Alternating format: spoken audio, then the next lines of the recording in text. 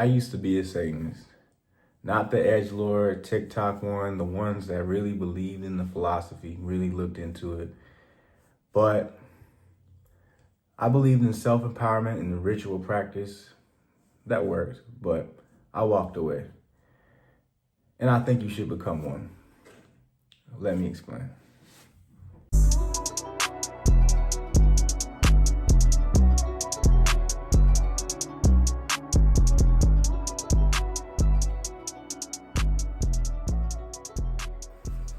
So I'm gonna jump right into it. I used to be a Satanist. I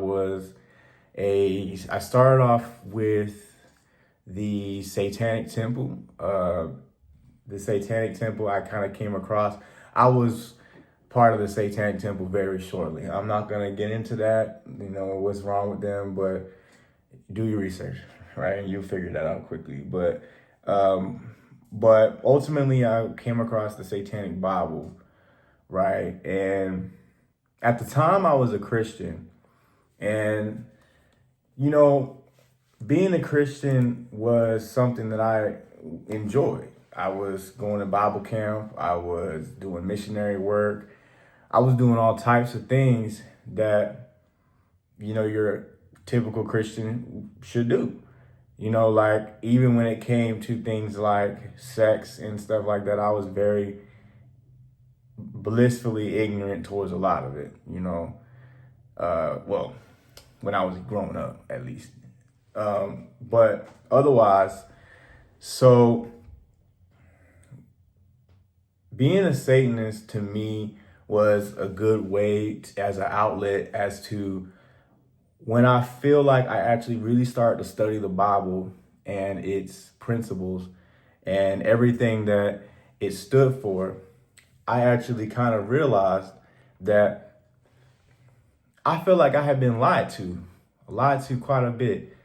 Like sometimes you end up in a situation where you feel like you can't break from your beliefs because either it's social reasons, whether it's pressure from friends and family, or fear, right? Fear from Yahweh, fear from, in a way, Jesus Christ, whatever, Book of Revelation, things like that. So, funny story, like when I was a kid, I was one of those kids that, I kind of still am, but where I was just like, if I found a book, I just wanted to read the end. I just wanted to read the very end, and I was just like, okay, well, let me just jump to the end of the Bible, and maybe that'll give me all the answers, I didn't obviously know. I was like maybe 9 years old, 8 or 9 years old, right? And those of you that have actually read your Bible, you would know what Revelation is, the apocalypse, right? One of 3 apocalypse in the Bible. Well, depending on who you ask. If you're from Ethiopia, you'd probably say 3, given the fact that you keep the book of Enoch as well as Genesis and Revelation. But in regards to Revelation, most people who are familiar with the second coming of Jesus and the 7 seals and the 7 plagues and the 4 horsemen and things like that. Well, yeah, I read that as a kid. That was definitely not something that I should have been reading. It was like a horror movie. I read it as a literalist. Those of you that don't know, Revelation is meant to be read out loud. So it's actually very, very short. So I'll give you guys an example as to the Holy Bible. So here's my trusty Holy Bible that I have. This is a new one. My old one got destroyed while I was moving. But the Old Testament is really, really long compared to the New Testament. So here is Revelation, right? And this is how long it is. And those last few pages are just like not even really, just the very, very end, right? It's short because it was meant to be read out loud. Religion was overall a oral tradition. So it was meant to invoke fear. So people were scared and they were like, okay, I don't want to be burnt. I don't want to be here during the plagues and when the angels come and Jesus comes and wipes out a third of the population and things like that. I don't want to be dealing with that, right? Back to the point. So when I became a Satanist, right, beginning to these kind of things kind of popped up back in my head, and when I was reading the Bible, I was essentially a Satanist because not because of religious trauma, but because I felt like I had been lied to, and that because Satan was the opposite of those things, I felt like that's where I wanted to be, you know. So I had quite a few things that made me agree with Anton LaVey. So I'm just going to read a few quotes from him. So one thing that one of the things that Anton LaVey, if you don't know who Anton LaVey is, he is the author of the Satanic Bible and another book called Satanic Rituals.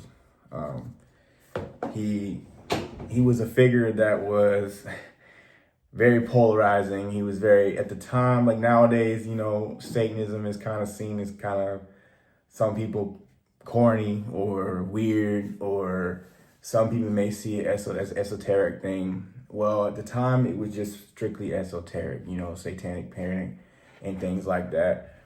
So he actually was a man that really, really made a statement back in the day when he was trying to get his point across. And he got his point across really well.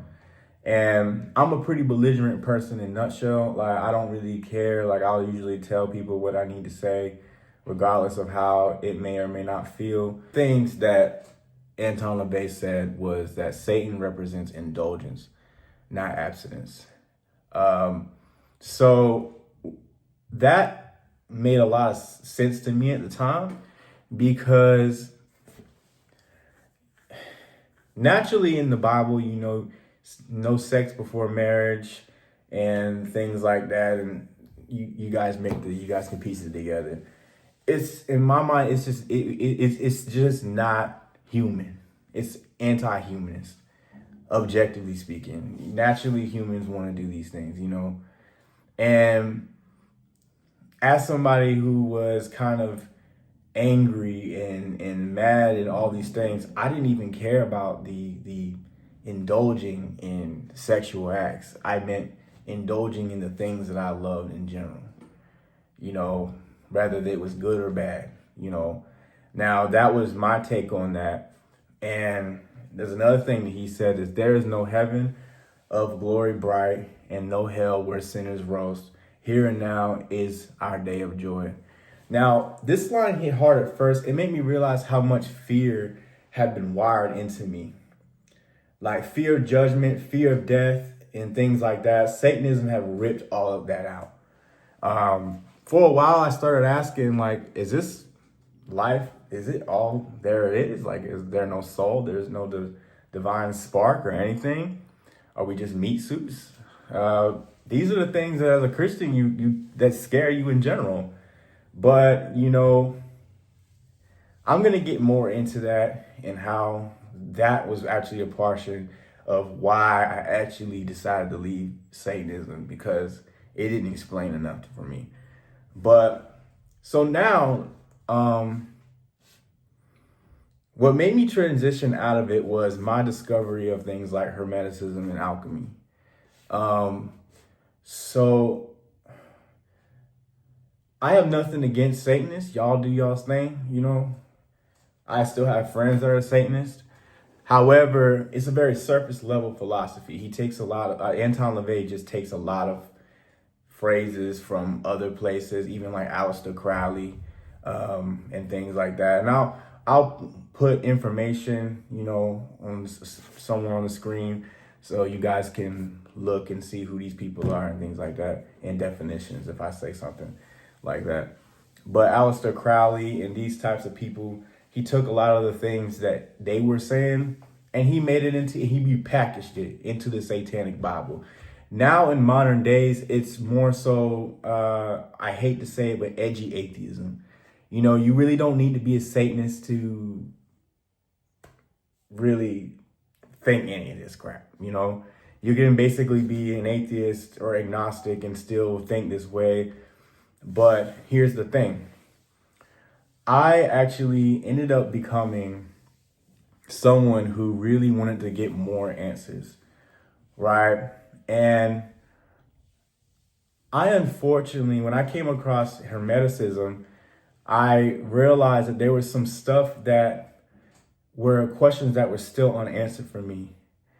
And alchemy and Hermeticism basically, in a nutshell, shows that we're all divine. We're all divine. And I'm going to make videos speaking on this much more because it's really confusing. And things like the Emerald Tablet, as above, so below. So I'm going to put what that means, you know, somewhere over here. But as above, so below is part of the principle of correspondence. You know, what affects the microcosm always affects the macrocosm and vice versa, you know.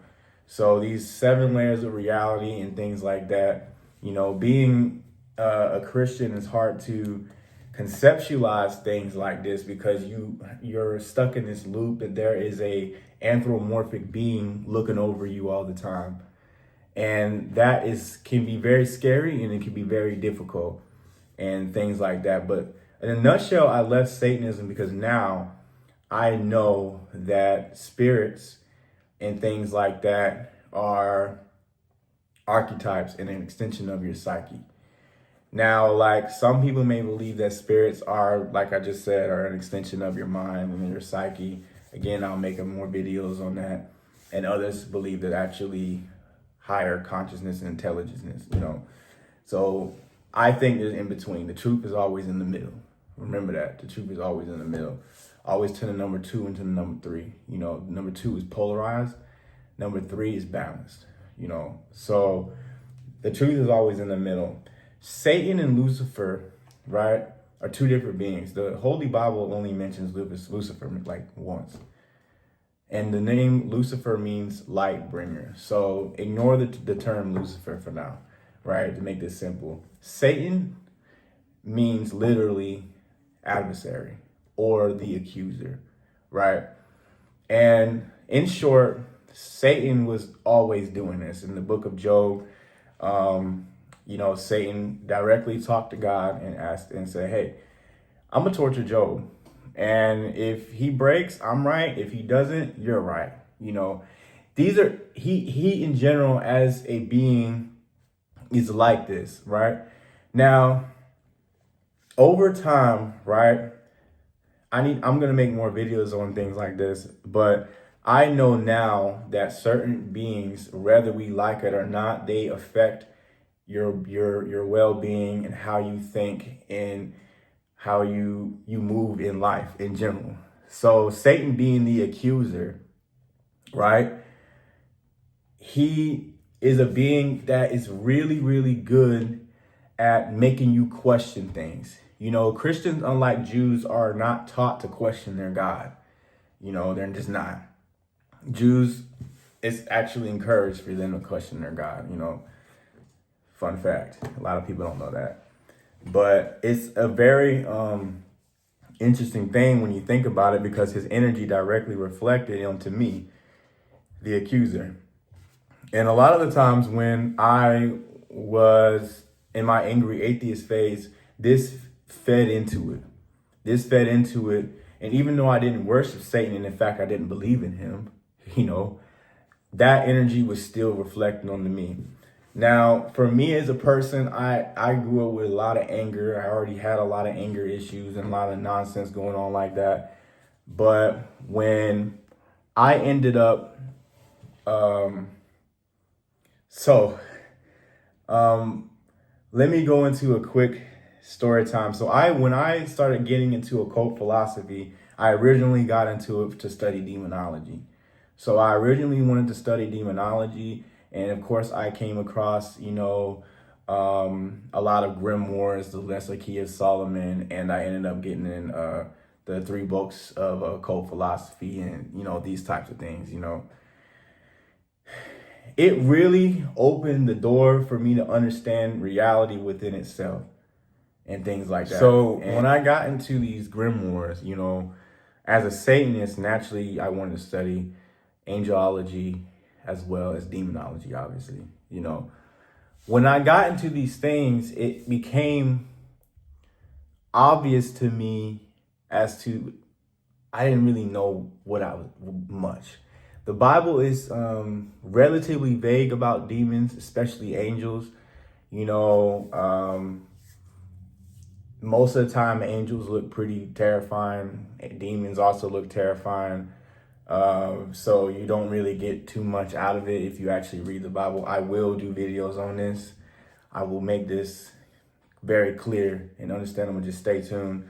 But today I just want to get into why I left Satanism and things like that. So short story, right? Anybody who knows me knows that I've always been a religion junkie my whole life. I've always been interested in it, always studied it obsessively, right? So when I came across the Lesser Key of Solomon, right? This is a grimoire that it talks about the King Solomon and how it doesn't talk about him, but it wasn't, depending on who you ask, it wasn't really written by him. Aleister Crowley and McGregor Mathers, they both translated it in not that long ago. But essentially it contains a book of 72 demons. So they have a bunch of sigils just like this, right? So I came across this sigil right here, right? And name was Boom, right? But I realized through studying demons and studying angels and studying everything involving spirits that I wanted to figure out what was the medium between base matter and spirituality. As the Emerald Tablet says, that which is below corresponds with which is above. Meaning that, like I said earlier, what's in the microcosm affects the macrocosm. Again, I'll get into that more. So I had an experience directly with one of these spirits. Completely changed my entire mind, completely changed my entire worldview on the things that I thought were the way I should live. You ask most people, they would have told you I would have never dropped Satanism, would have never dropped it. I feel like it was for me and things like that. However, I had figured out that it's very surface level philosophy. It has a lot of borrowed things involved with it. And I honestly think that it was just something that was feeding into my angry atheist phase. That in a nutshell. I had some spiritual experiences that changed my worldview, to change my mind on it. And I will, of course, get into that more in my next few videos. But why I think that you should become a Satanist. Yeah, I said it. I said it. Why I think you should become a Satanist. You should become a Satanist if you're stuck. If you are stuck. Sometimes it is necessary to go from one extreme to the next if you're in a position like I was in. Man, it was almost gonna be impossible to make me not be a Christian. Impossible. It was gonna be impossible. I was one of the people that, it didn't matter what evidence you showed me. I was gonna worship. I was gonna be a Christian regardless. It didn't matter what you showed me. It didn't matter if you showed me the endorsements of slavery. You showed me the treatments of women, or you showed me the genocides, or you showed me the abortions in the Bible. It didn't matter what you showed me. Again, I'll get into more of this. If you have any questions, you can comment down below, if you care enough. But it's one of those situations where it didn't matter what you were saying to me. I was still going to believe it no matter what, basically. And so I needed something that was going to shock me into thinking differently. And that's exactly what Anton LaVey wanted. Yeah, he wanted other things too. But one of the things, it was like, let me shock people into being like, what is this? What is that? And it really made me thought. It was very thought provoking for me. And if you're in that situation when you're really stuck and you're dealing with a lot of fear, and you're dealing with a lot of fear of God, and you're dealing with a lot of things like that, Satanism can be very, very, very beneficial. Now, when it's not beneficial is when you are an angry person, or you were an angry person, or you're dealing with religious trauma, like myself, right? I didn't have religious trauma like some people did, where I had some parent that was like abusing me with religion, at least, and things like that, or like I was like, homosexual, and like you can put the pieces together. I didn't have that, but I did feel lied to, which I was. And if you're using Satanism as an outlet, it can be dangerous, because again, Satan is a real archetype. He's a real thing. His energy is real, and spirits feed off of that. They feed off of that energy, whether it's good or bad. Spirits, especially demons, they don't have a moral compass like we do. They just don't. It's either they see a problem, they fix it, whether it means ruining your entire life, or if it means completely making your life amazing, but they don't care. They're just like, this fixes the problem. They don't have an ego. So with Satan, it's like, oh, well, okay, well, you're angry. All right, let's feed off of that, So you need to be very careful when you do these types of things. And I want you guys to, if you decide to subscribe and listen to me TED Talk all the time, I'm going to get into why and how spirits work, how spirits can affect you, and how you could utilize spirits to elevate yourself and things like that. So in a nutshell, I think that Satanism could be beneficial if you are struggling to break free from other things, listening to Satanists, coming across the Satanic Bible, and being able to really embrace the adversary, the accuser. Really feeling like you need to embrace that part of you that's been hidden for years. If you want to be someone who can be themselves unfiltered as hell, is the perfect thing for you. That was a major thing that made me attracted to it, was being myself unfiltered. But just know, you don't have to be a Satanist to do that. You don't. So I'm going to wrap this up. My next few videos are going to be getting more, they're going to be more dense.